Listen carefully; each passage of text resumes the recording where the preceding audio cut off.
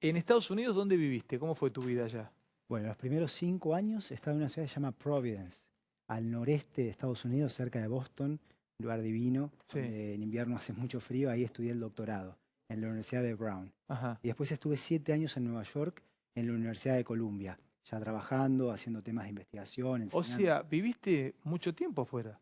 Viví 12 años casi afuera, sí, un tiempo largo, pero como te digo, venía muchas veces. Aquí 4 o 5 veces por año estaba en Argentina. Sí, pero viviste 12 años. Yo no sabía que habías vivido tanto tiempo. Te forma intelectualmente y te forma idiosincráticamente.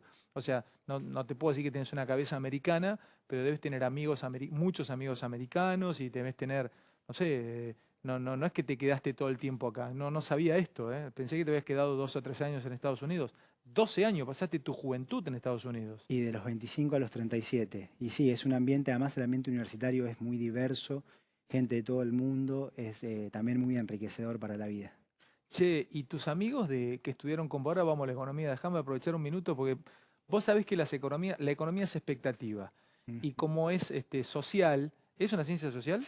¿La economía se toma como una ciencia social? Sí, absolutamente. Entonces es importante saber de nuestro ministro de Economía porque tiene que ver también la expectativa, conocer un poco más quién es el que maneja la economía. Me parece que va conectado.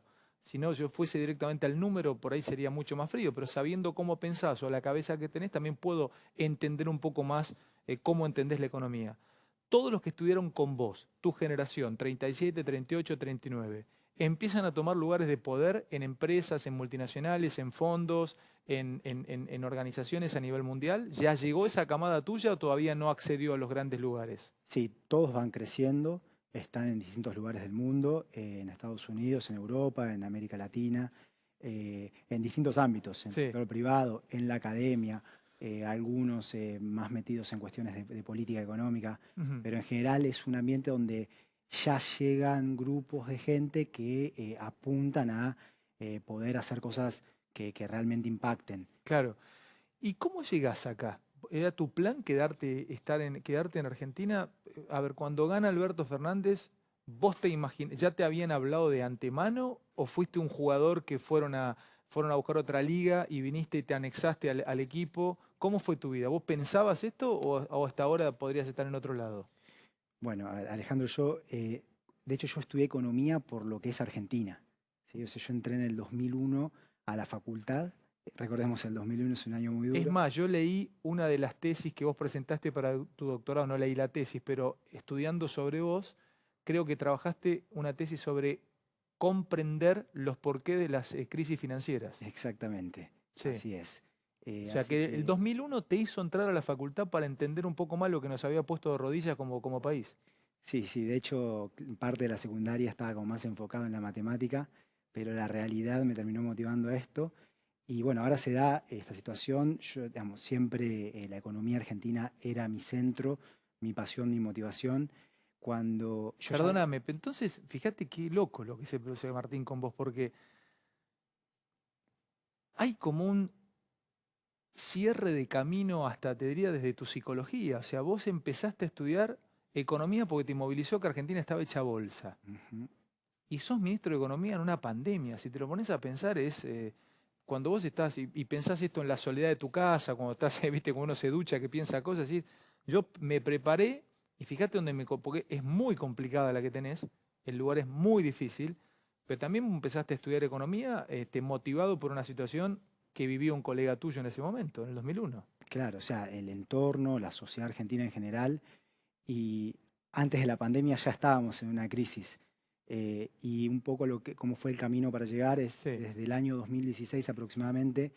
Empecé a meterme mucho más porque veía el camino por el cual iba Argentina, que era un camino que consideraba que nos iba a hacer un daño fuerte. Entonces ahí empecé a tener mucho más vínculo con la política argentina, con lo que luego terminó constituyendo el ¿Cuándo Frente de empezaste Todos. a ver eso vos?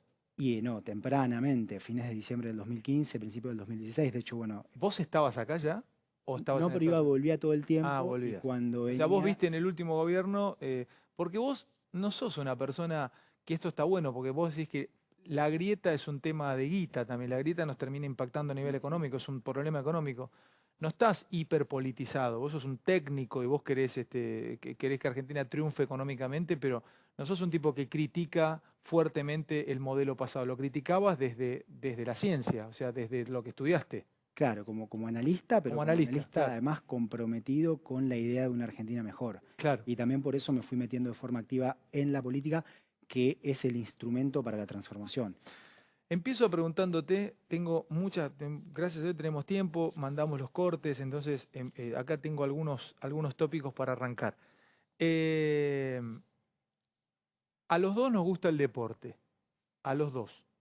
Los dos somos tenistas además. Nos gusta, no sé, ¿te gusta el fútbol además o no? Sí, muchísimo. Bueno, a mí también. Entonces, coincidimos los dos y a veces para mí un ejemplo deportivo es más fácil de entender. Por eso un simplismo, pero es más fácil de entender. Los dos nos criamos practicando un deporte de decisiones. Cada golpe es una decisión en el tenis y una decisión tuya.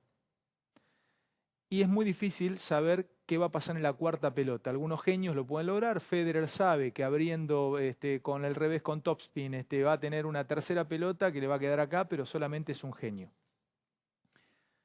Y Argentina, te hablo en economía, siempre estuvo como necesitada de un plan. ¿Viste? El mercado en Argentina pide plan, plan, plan. Nos han arruinado muchas veces los planes. Yo recuerdo el plan Primavera, que venía a mejorar el plan austral, nos terminó destruyendo ese plan. La convertibilidad sirvió un tiempo, pero después nos clavó en una total pobreza, terminó desembocando en el 2001.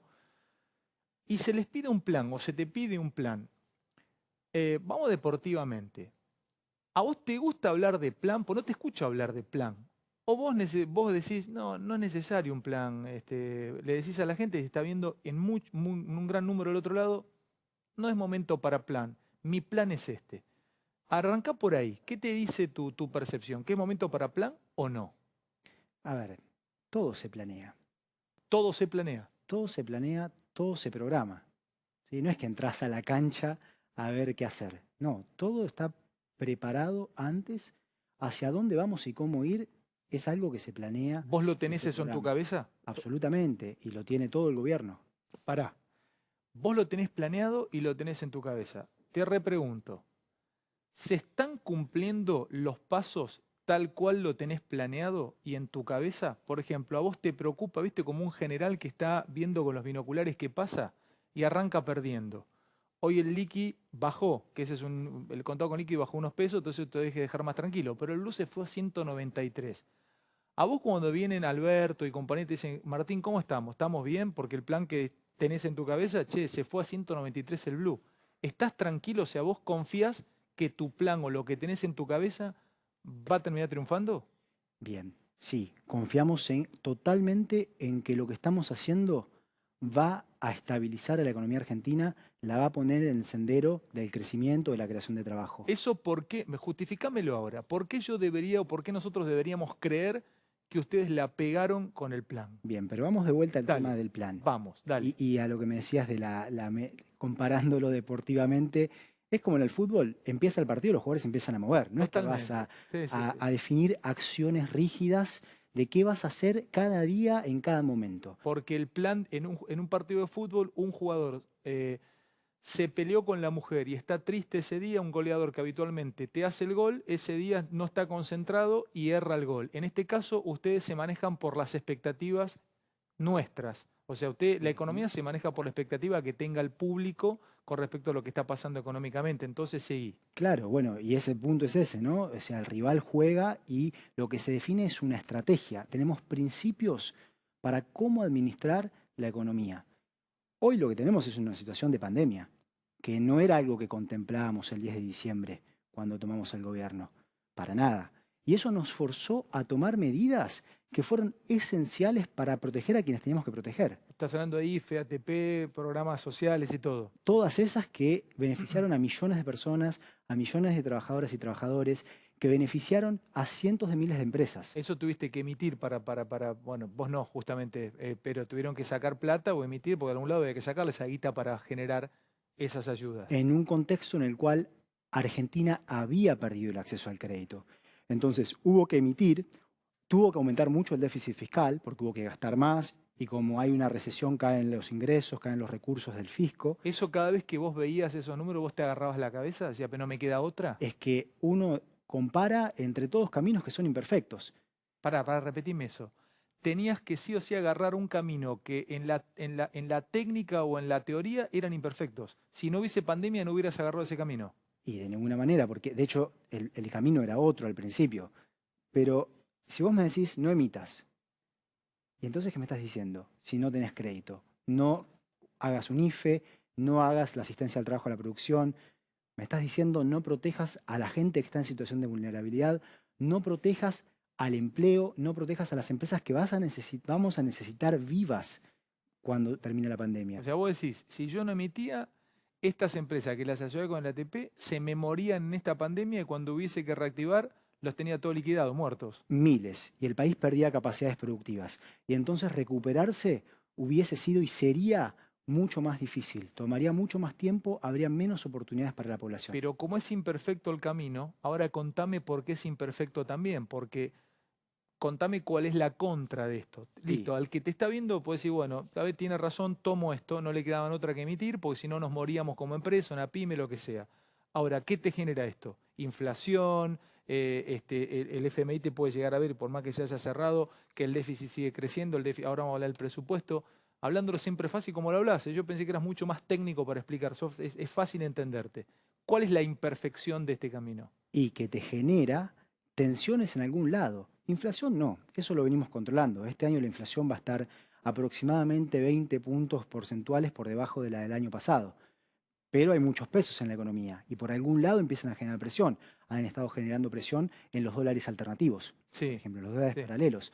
Pero nosotros comparamos entre alternativas y preferimos esta porque es la que consideramos la mejor. O sea, vos sabías que tomando este camino esto iba a pasar. O sea, lo tenías visto. Y sabemos que hay consecuencias, por supuesto, pero consideramos que era lo que teníamos que hacer, que era lo que debíamos hacer para proteger a quienes debíamos proteger. Va a ver, sigamos ahora otro punto. Expectativa. Porque vos querés cerrar con el tema del No, plan. te quisiera decir Sí, algo del plan porque sí. dijiste algo que es muy interesante. Los tres nombres que diste. Plan Primavera. Austral y convertibilidad. En realidad es Austral, primavera y convertibilidad. Ahora, El Austral trató de generar un poco de expectativa económica, no funcionó, vino el plan primavera, había elecciones, perdieron las elecciones legislativas, los terminó casi volteando y bueno, después finalmente se adelantó el gobierno y vino Menem con la convertibilidad. ahora, fíjate una cosa. Sí. ¿Esos son planes económicos o son elecciones de regímenes cambiarios? Repetime la pregunta. Lo que nombrás, ¿son realmente planes económicos para cómo se maneja la economía como un todo? No, ¿O es la eran elección de un régimen del no. tipo de cambio? Era en régimen de tipo de cambio, el austral se había fueron todas devaluaciones o depreciaciones en ese caso del peso del austral con respecto al dólar o del peso con respecto al dólar. Sí. Y ahí vamos entonces a lo inicial, a lo del plan. Nosotros tenemos una definición de cómo manejamos la política cambiaria, qué hacemos con el peso contra el dólar. Lo tenemos muy definido, solo que no le ponemos un nombre. ¿Para qué le vamos a poner un nombre? ¿No le querés poner Y al mismo- devaluación? No, que eso no viene pasando. Lo que viene ocurriendo es que Depreciación le querés poner. depreciación de la mano de la inflación. Explícame, pero pará, semánticamente, ¿cuál es la definición, la diferencia entre depreciación y devaluación? En realidad, la diferencia casi que tiene que ver con el uso que se le da a la palabra. Cuando se habla de devaluación, usualmente se está refiriendo a un salto repentino, de golpe, sube el La dólar. depreciación es más lenta. Y la depreciación la va llevando. ¿Ok? Pero entonces, por un lado, los planes que me mencionás no son planes económicos, son elecciones de régimen cambiario. Y por otro lado, lo que te digo es, cuando empieza el partido, las cosas se mueven. ¿Sí? Entonces, atarse rígidamente a algo, decir voy a hacer en este momento esto y la economía de acá 5 años va a estar en este lugar, mucho sentido no tiene. Las veces que se hizo eso, no sirvió para nada. O sea, Martín, escuchá, porque esto es neuménico en la charla, central. Pues yo te escuché esta mañana y te escuché en varias notas o declaraciones que no van a devaluar.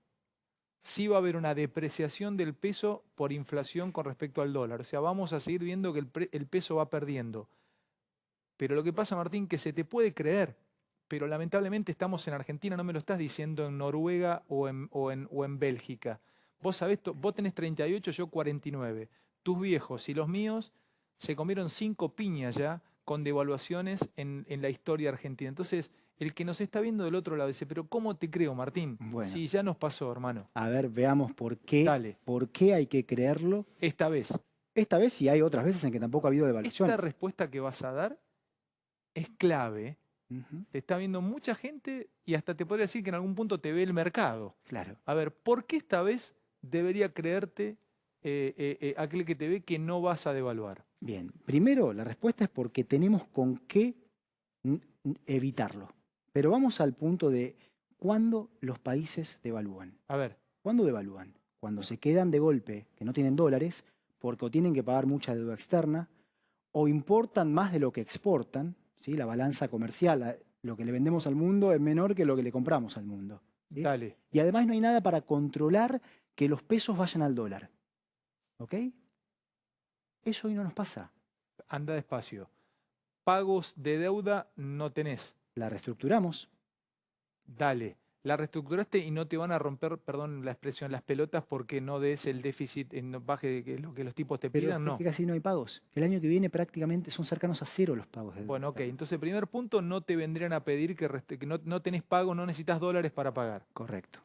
Segundo punto, me estás hablando de que podría ser porque se necesita mucha. Bueno, ese sí podría ser. Que, No, que pero, haya una reactivación y necesiten dólares los productores acá y ahí te irían a chupar los dólares. pero ahí estaríamos en el mundo en donde la economía está creciendo y eso es hacia donde apuntamos. Pero hoy tenemos superávit comercial robusto, alrededor de 12.000 millones de dólares. ¿Qué es el superávit comercial? Explícamelo fácil y dame ejemplos de superávit comercial. A Un ver, país tiene relaciones de comercio con el resto del mundo. dale, sí. Le vende productos al resto del mundo y le compra productos al resto del mundo. ¿Y nosotros cómo estamos hoy con el resto del mundo? Hoy le estamos vendiendo más de lo que le compramos. La diferencia da aproximadamente para este año va a dar 12.000 millones de dólares. ¿Y le vendemos lo mismo que le vendíamos o le estamos vendiendo otras cosas por la pandemia? No, vendemos como todo el mundo, se vende menos porque cayó la demanda en el mundo. La economía mundial está en crisis. Bueno, entonces hasta ahora, segundo punto, me marcaste dos rayas negras con que por qué no deberías o no vas a devaluar. La primera es que no necesitas pagar dólares al fondo o a deudores extranjeros. El segundo es porque, bueno, en realidad tenés superávit en balanza comercial. El tercero, tenés instrumentos, ahí sí, jaque mate. ¿Tenés instrumentos para tentar al que te está viendo o aquel que necesita comprar dólares o quiere refugiarse en el dólar? Porque si no, ¿cómo guardo peso, Martín? Es que ahí está el tema. A ver, Por la situación, por lo que pasó en los últimos años, el gobierno que nos precedió adoptó controles de capital. No puede ir a comprar cualquiera dólares. Puede controles de capital, es la realidad. pero súper estrictos, se cerraron más los controles de capital. Claro. Yo sé que a vos no te va a haber gustado Pero eso lo tomar que esa quiere decisión. decir es que tenés más control de las reservas. Entonces las reservas que tenemos, que hay, las manejamos. ¿Alcanzan? Sí, claro que sí. Pero Frenet, esta es una respuesta importante también. ¿Vos estás tranquilo con la reserva que tiene el Banco Central? Sí, con la situación de superávit comercial y el no tener que hacer frente a pagos de deuda externa y el tener controles de capitales que en algún momento se sacarán. ¿Cuándo? Cuando tengamos más reservas, cuando hayamos logrado acumular más dólares. Lo primero que hicimos fue no tener que pagar tantos dólares. Nos ahorramos 40.000 millones de dólares. ¿Pero vos casi. tenés fe que en algún momento empieces a atesorar dólares Sí, en pero, vez pero este año hay superávit y no hay, además hemos tomado medidas justamente para evitar que haya pérdida de reservas, como venía pasando con, por ejemplo, las empresas estaban, en vez de refinanciar sus deudas en dólares, estaban amortizándolas accediendo al Banco Central. O sea, Cosas así. O sea, que Martín, a ver, te noto optimista. O sea, vos venís acá, te sentás, le hablás a la gente, a la audiencia, decís, vos tenés fe que esto lo van a revertir, lo vas a revertir. Es una, esperen que esto se va a cambiar. O sea, sos optimista que todavía abriste la canilla, todavía no llegó el calor al agua o lo que vos necesitas. Por ejemplo, yo me tomo del Blue a 193. Vos, ¿qué pantalla mirás vos? Eso te quiero decir. Cuando vos viste como un avión. Vamos a poner una analogía de un avión. Vos sos el piloto, estás solo en los controles. Yo voy atrás del avión, estamos el mundo en niebla, hay niebla y hay montañas. Ujú. Y yo veo el altímetro que me va bajando. Y yo estoy atrás viéndote, che, Martín, va bajando 1800 metros, estamos entre montañas. Vos mirás el altímetro, para mí, ¿sabés qué es? Te lo voy a ser honesto. Yo miro el dólar blue. Yo me asusté cuando vi 100, ya vengo asustado hace unos días. Vi que el contado con liqui bajó. ¿Vos qué mirás? ¿Cuál es tu altímetro para saber que vas bien entre las montañas y tratando de remontar el avión de nuevo? La pantalla que miramos es la misma. ¿Hay problemas en la pantalla? Sin ninguna duda que hay problemas en la pantalla. ¿Es la brecha un problema? Sin ninguna duda. Nos ocupa la brecha cambiaria, la diferencia entre el dólar CCL y el dólar oficial, El el contado contado con liquidación. ¿Nos preocupa el déficit fiscal? Esperá, Sin ¿por qué no ninguna duda. pero el blue ni lo mirás al blue? ¿No lo tenés en cuenta? Es menos importante que el contado con No, liquidación. pero fíjate tu gesto, pero perdóname, ¿no? Fíjate como hay un pequeño detalle de formas en vos y yo creo que es agradable para muchos.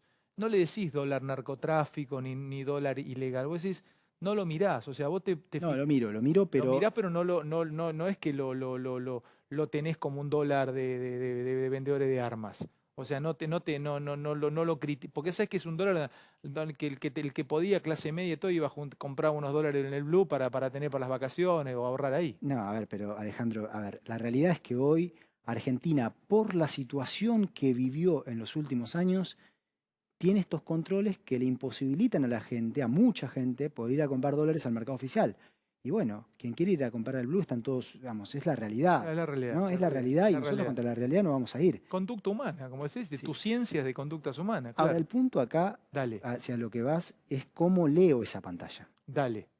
¿Sí? Esto es central, ¿eh? ¿Cómo lees esa pantalla? A ver. Y la leo mirando lo siguiente. Primero miro el dólar oficial y digo, este es el dólar que impacta de forma directa a la economía, que impacta de forma directa a los precios. Los precios se vienen moviendo no con el dólar blue, no con el dólar CCL, contado con liquidación. Se vienen moviendo con el dólar oficial. ¿Eso Y seguro? ¿Lo tenés recontra chequeado y visto? Pero eso es lo que viene pasando, 10 meses llevamos. Y en los O precios, sí que no me fija precio el blue. pasaron 10 meses, miremos los datos. La inflación en los 10 meses que pasaron está yendo de la mano con el tipo de cambio oficial. Ahora, sí que hay que mirar a la brecha, porque la brecha, el tema que genera es que genera toda esta ansiedad, expectativas de que el dólar oficial se puede ir a cualquier lado. Eso es lo que genera la brecha. Pero cuando yo leo la pantalla y leo lo que te digo en el frente de las reservas, de los pagos de deuda externa, El mercado tiene cierto nerviosismo con eso y vos te plantás acá en y un yo medio le digo al mercado y le digo a la gente, la política cambiaria, cómo se va a mover el dólar contra el peso, va a seguir siendo la misma que venimos manteniendo. ¿Por qué? Porque tenemos con qué. Porque nada ganaríamos devaluando. Porque devaluar no es una solución. No es una solución porque a lo que lleva es a más inflación.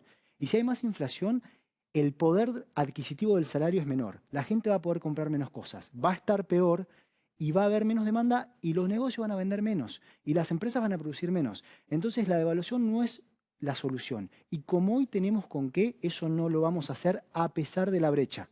Ahora, déjame hablar de la brecha un poco, de la brecha entre el contado con liquidación y el dólar oficial.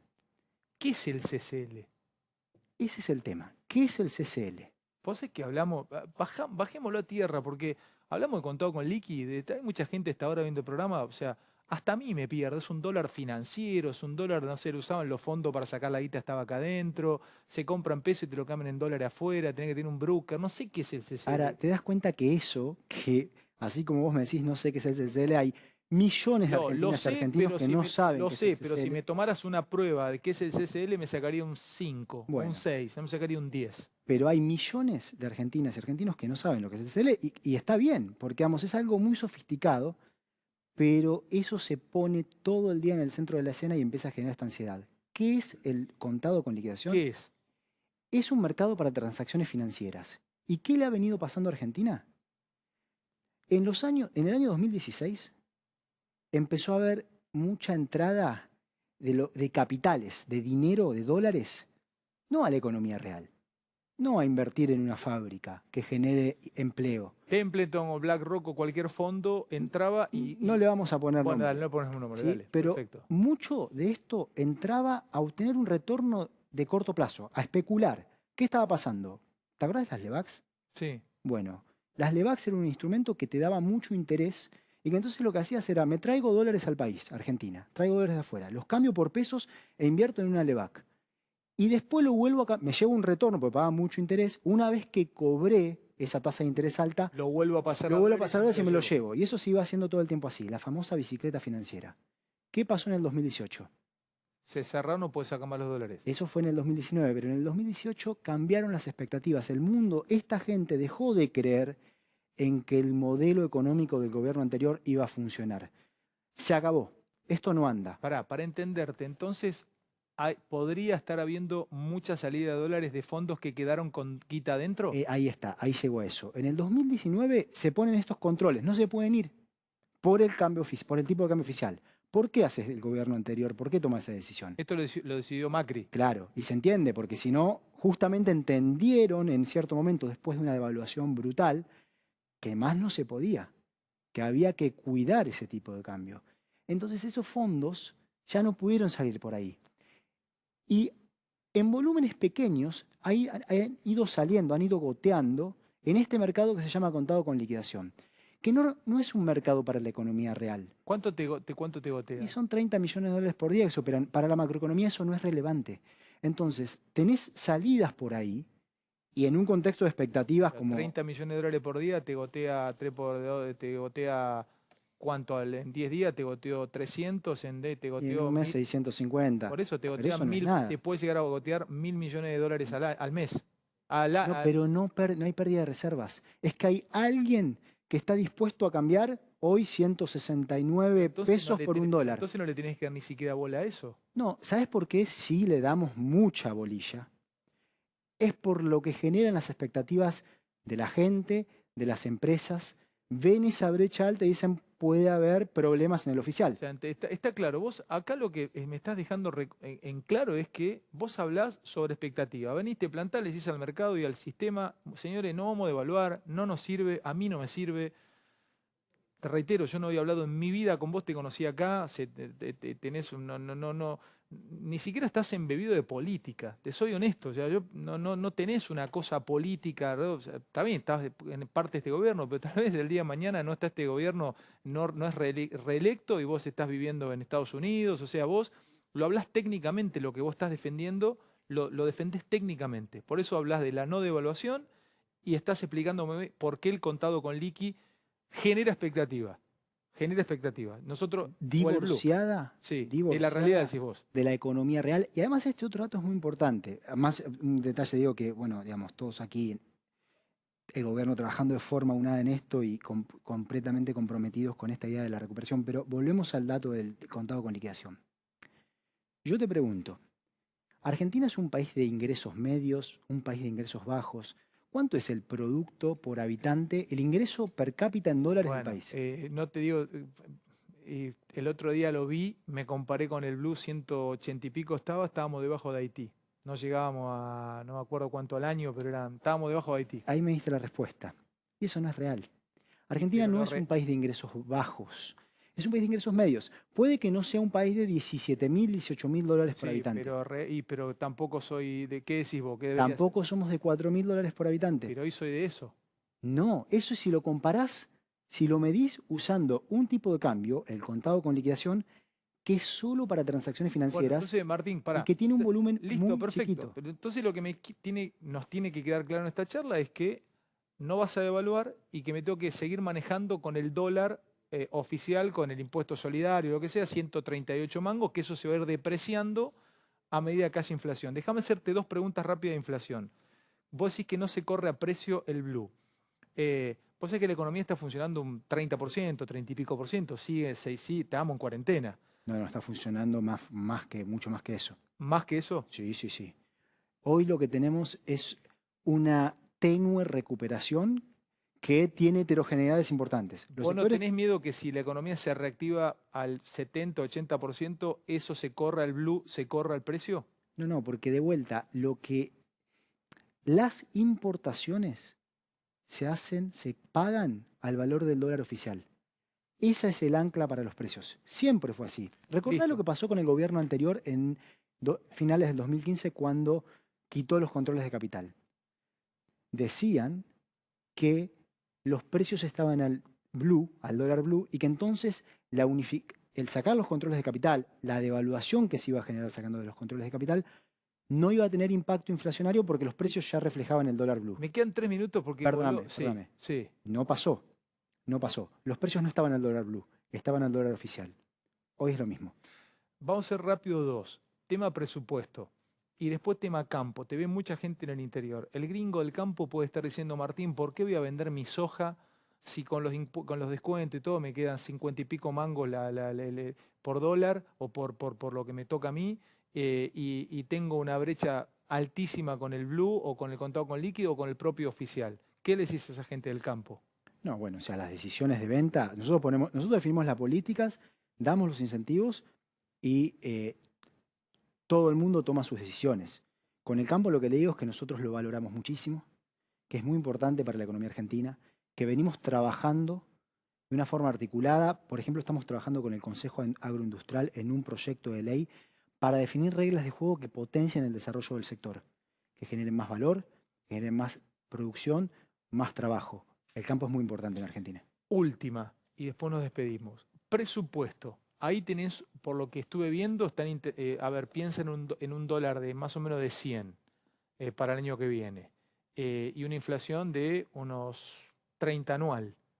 ¿Y qué le decís? A ver, ¿es cumplible eso? Claro que sí. ¿Sí? Sí, el tipo de cambio de referencia para fin de año que viene es 102,40. 102,40. Esa es la referencia hacia la que apuntamos.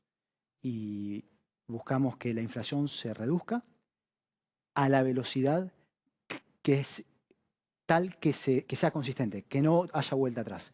Este año se va a reducir 20 puntos porcentuales, el año que viene la reducción va a ser menor, pero en el camino de ir bajando. Cerremos con esto. El plan es el presupuesto.